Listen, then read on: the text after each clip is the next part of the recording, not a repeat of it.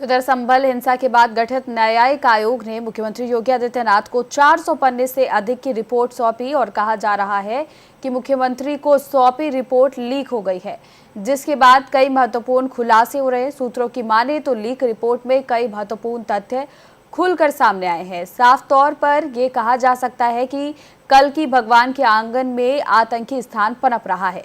America से पाकिस्तान तक इस इंटरनेशनल टेरर का खौफनाक मॉड्यूल कनेक्शन निकला है। रिपोर्ट के बाद गृह विभाग उत्तर प्रदेश में खलबली मच गई है। सूत्रों की माने तो रिपोर्ट से गृह विभाग में मंथन का दौर शुरू हो गया है।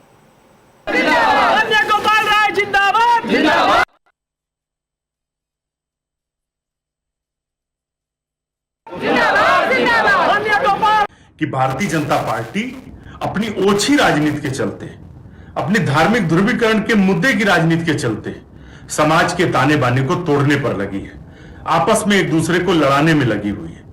आखिर रिपोर्ट जब तक सार्वजनिक नहीं हुई तो लीक क्यों हो रही है? यह दिखा रहा है कि भारतीय जनता पार्टी उत्तर प्रदेश में हिंसा फैलाकर 2027 का चुनाव जीतना चाहती है।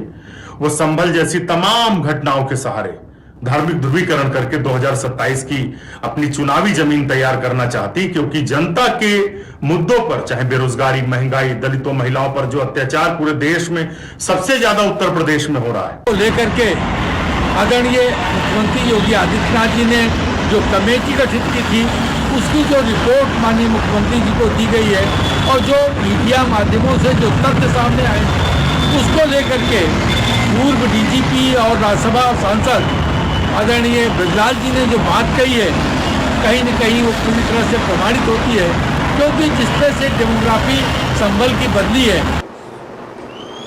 भारतीय जनता पार्टी की राजनीति का आधार उन्माद है। उन्माद के द्वारा ही वह सत्ता में आती है। वह हिंदू मुसलमानों को आपस में लड़ाती है, भारत पाकिस्तान की फर्जी बातें करती है।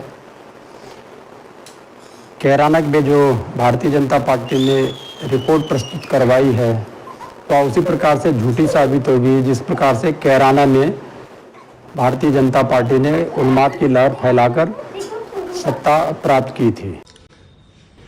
Justice DK. अरोड़ा की अध्यक्षता में बनी संभल में हुई सांप्रदायिक हिंसा और उससे जुड़े अन्य मामलों की रिपोर्ट आज योगी आदित्यनाथ जी को दे दी गई है। अब वहां के हिंदुओं को न्याय मिलेगा। आजादी के समय वहां हिंदू की आबादी 45% थी, मुस्लिम 55% थे। आज हिंदू घटकर वहां 15% रह गए। आखिर हुआ क्या?